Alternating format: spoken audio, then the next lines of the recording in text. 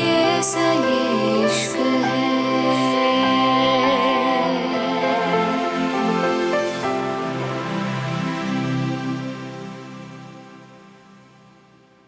मुंबई जन्नत विला रुद्राक्ष हया को देखते हुए बोला तो हया धीरे धीरे पीछे सरक गई थी।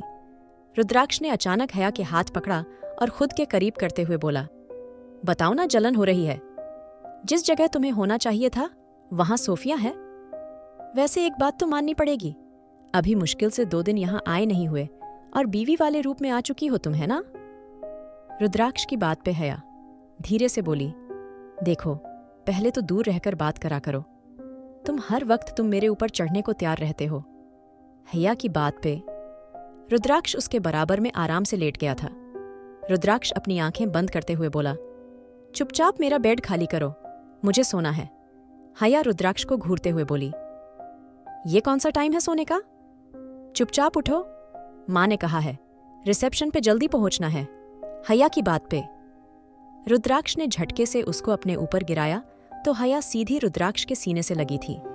हया की आंखें रुद्राक्ष की नीली आंखों से जा मिली थीं। रुद्राक्ष हया के चेहरे पे धीरे धीरे अपनी उंगलियां फिराते हुए बोला, तो तुम्हें मेरे साथ नीचे जाने की कुछ ज्यादा ही जल्दी है?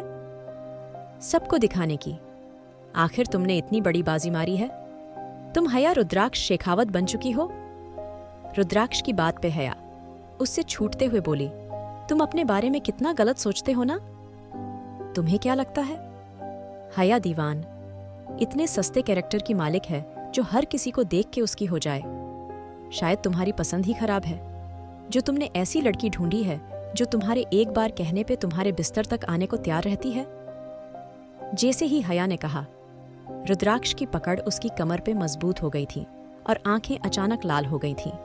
रुद्राक्ष ने हया के बालों को पकड़ा और उसके चेहरे को एकदम अपने चेहरे के करीब करते हुए बोला, मैंने तुमसे कहा था ना, अपनी इस जुबान की जितना हो सके इतना चलाया करो।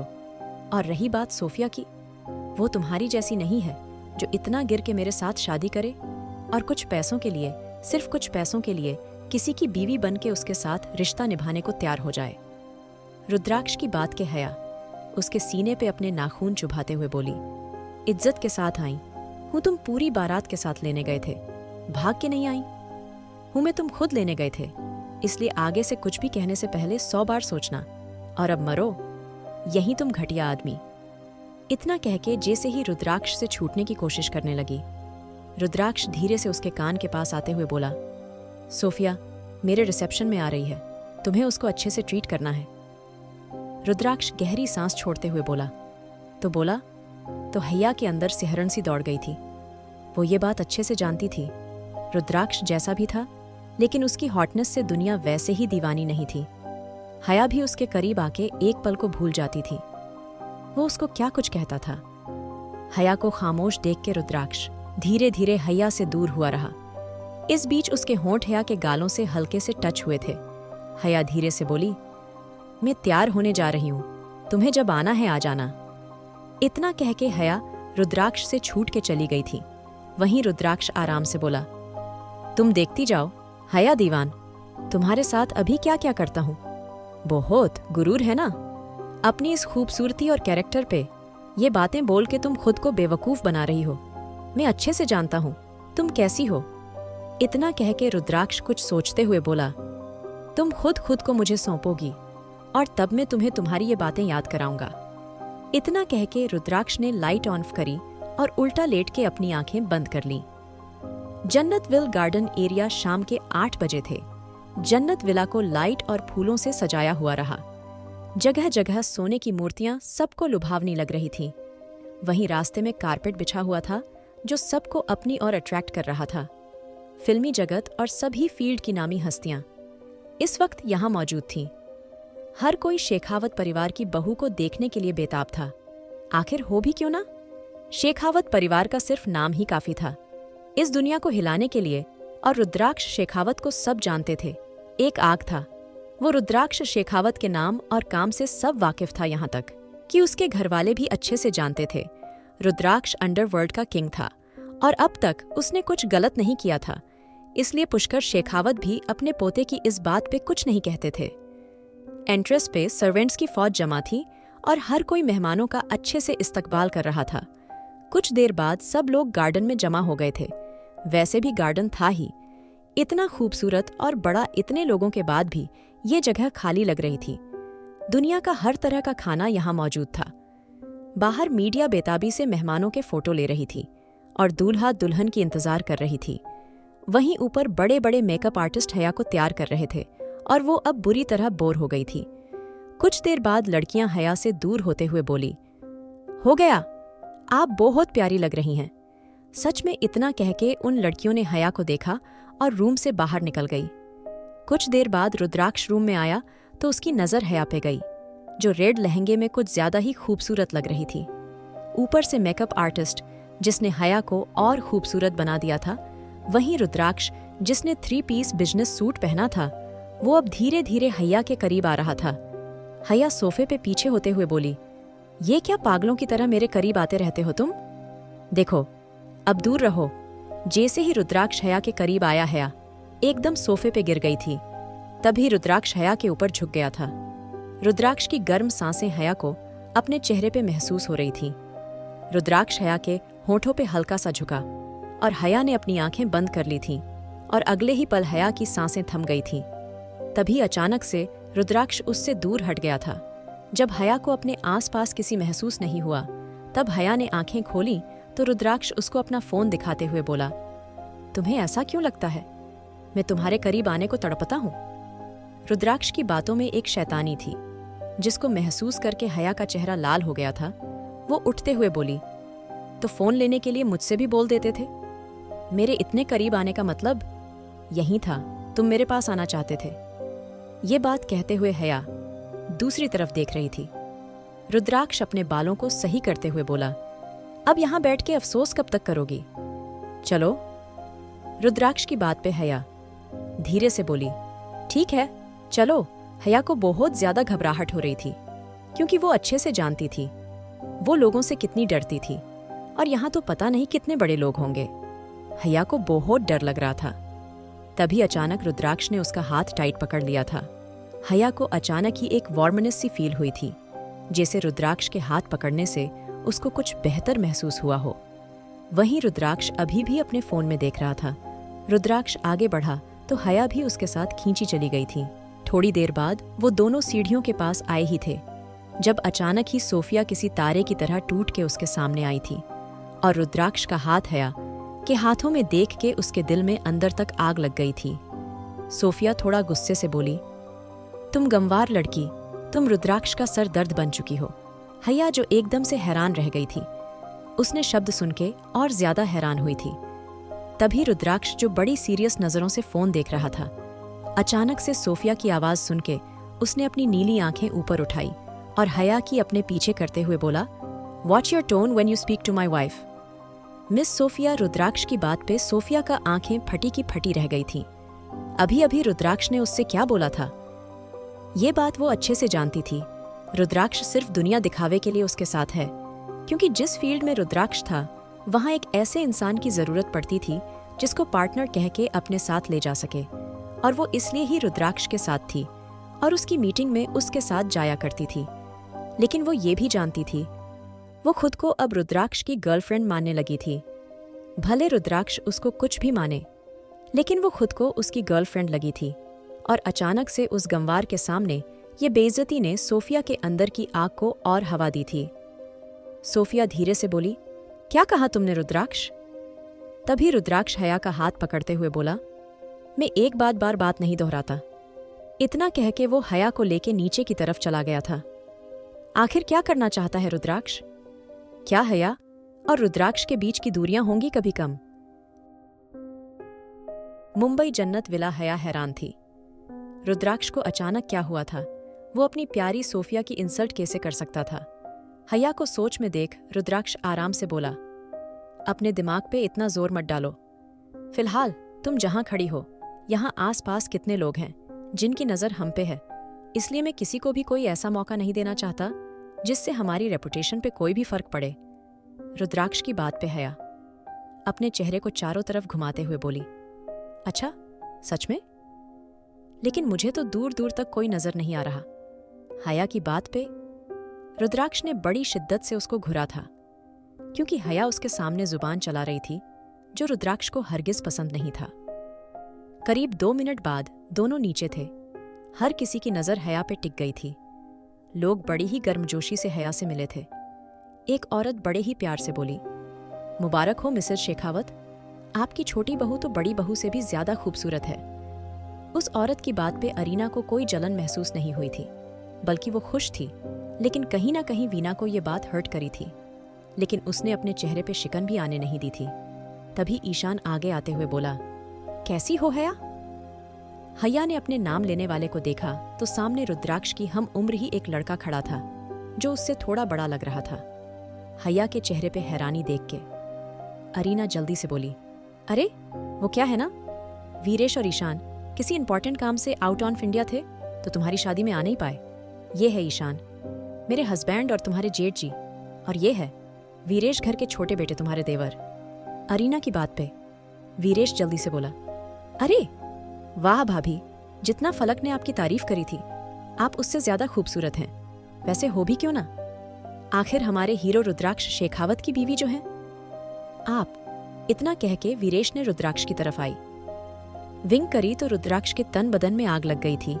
उसने अपनी आंखों से ही वीरेश को डराया था, और वो डर भी गया था। हया दोनों को देख के धीरे से बोली, असल में मेरा कोई भाई नहीं है, तो मैं आप दोनों को भाई ही बुला सकती हूँ। हया डरते हुए बोली। तो ईशान उसके सर पे हाथ फेरते हुए बोला, बिल्कुल हया, तुम जो चाहो वो बुला सकती हो, तुम्हें यहाँ किसी फॉर्मेलिटी की जरूरत नहीं है। ईशान की बात पे हया को काफी हल्का सा महसूस हुआ था। तभी वीरेश जल्दी से बोला, लेकिन आप मेरा नाम ही लेना। भाभी वीरेश की बात पे हया ने सर हिला दिया था। फिलहाल यहाँ पर सिर्फ फैमिली ही थी, जिसमें सब यंगस्टर थे। बाकी बड़े लोग गेस्ट को अटेंड कर रहे थे। अभी हया पूरी तरह से मेहमानों के सामने नहीं गई थी, क्योंकि बीच में ही ईशान और वीरेश ने उसको रोक लिया था। वहीं रुद्राक्ष इन सब चीजों से काफी बोर हो रहा था। उसको ये सब बकवास लग रहा था। तभी अरीना धीरे से बोली, रुद्राक्ष, तुम ऐसे एक्सप्रेशन क्यों दे रहे हो, जैसे तुम्हें यहाँ बिल्कुल अच्छा नहीं लग रहा? अरीना को लग रहा था शायद अब रुद्राक्ष और हया के बीच सब सॉर्ट हो चुका है। रुद्राक्ष अरीना की बात पे आराम से बोला, भाभी आप सही कह रही हैं, मुझे यहाँ सच में अच्छा नहीं लग रहा। अगर आप लोगों का ये इमोशनल ड्रामा हो चुका है तो मैं जाऊं? रुद्राक्ष की बात पे हया ने बुरा सा मुंह बनाया था। तभी अरीना आराम से बोली, नहीं, तुम दोनों को गेस्ट के सामने साथ जाना है और कुछ फोटोज भी खिंचानी है। कल यही फोटो न्यूज़पेपर और कुछ ऑनऑफिशियल अकाउंट पे जाएंगी, इसलिए अभी रुक जाओ। अरीना की बात पे रुद्राक्ष ईशान के कांधे पे हाथ रखते हुए बोला, ब्रो, तुम भाभी को बेडरूम में अच्छे से सेटिस्फाई नहीं कर रहे। तभी वो अपना गुस्सा मेरे ऊपर निकाल रही हैं। जैसे ही रुद्राक्ष ने ये कहा हया की आंखें पूरी तरह खुल गई थीं, लेकिन रुद्राक्ष बहुत ज्यादा चिल था। इससे पहले ईशान और अरीना कुछ कहते रुद्राक्ष हया का हाथ टाइट पकड़ के उसको लेके बाहर की तरफ चला गया था। हया अपना हाथ छुटाते हुए गुस्से से बोली, कितने बेशरम हो तुम, कितने ज्यादा, मैंने तुमसे ज्यादा बेशरम अपनी पूरी जिंदगी में नहीं देखा। हया की बात पे रुद्राक्ष आराम से बोला, मैं ये बेशर्मी तुम्हारे साथ भी कर सकता हूँ, लेकिन मुझे तुम में इंटरेस्ट नहीं है। रुद्राक्ष की बात पे हया अंदर ही अंदर गुस्से से जल भुन गई थी। तभी उसके दिमाग में कुछ आया और वो रुद्राक्ष के कान के करीब जाके धीरे से बोली, तुम्हारी इस बेशर्मी के लिए तुम्हारी गर्लफ्रेंड यहाँ मौजूद है ना? तो क्या मैं दादा से कह के तुम्हारे लिए हमारा रूम खाली करवा दूं? फिर तुम्हें कहीं और जाने की जरूरत भी नहीं पड़ेगी। हया की बात पे रुद्राक्ष, जो अभी एंट्रेंस की तरफ आया ही था, अचानक रुक गया था। रुद्राक्ष ने झटके से हया का हाथ पकड़ा और उसको दीवार से लगा के दूसरे हाथ से उसके बाल अपनी मुट्ठी में कस लिए और उसके चेहरे को ऊपर उठाते हुए बोला, धमकी दे रही हो? रुद्राक्ष की बात पे हया अपनी आंखें कस के बंद करते हुए बोली, बिल्कुल दे रही हूं, और धमकी सच होने में वक्त नहीं लगता। मिस्टर शैतान शेखावत, हया की बात पे रुद्राक्ष बड़ी ही सेडेक्टिव तरीके से अपनी उंगली उसकी गर्दन पे घुमाते हुए बोला, उफ, क्या नाम दिया है? शैतान शेखावत आई। रियली लाइक इट, मुझे उस बात की खुशी है, तुमने मुझे जल्दी ही पहचान लिया।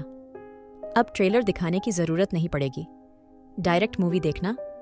रुद्राक्ष की बात पे हया उसकी उंगली को अपने हाथों में कसते हुए बोली, तुम्हें यह हक नहीं दिया है, मैंने, तुम मुझे छू नहीं सकते। हया की बात पे रुद्राक्ष ने बड़ी ही खूबसूरती से उसकी उंगली को पकड़ के वापस से उसकी तरफ मोड़ दिया था और उसकी आंखों में आंखें डालते हुए बोला, मैंने तुम्हें शादी करने का हक दिया था, मैंने तुम्हें इस घर में आने का हक दिया था, तो तुम मुझे बताओगी मैं तुमसे कौन से हक ले सकता हूं, कौन से नहीं?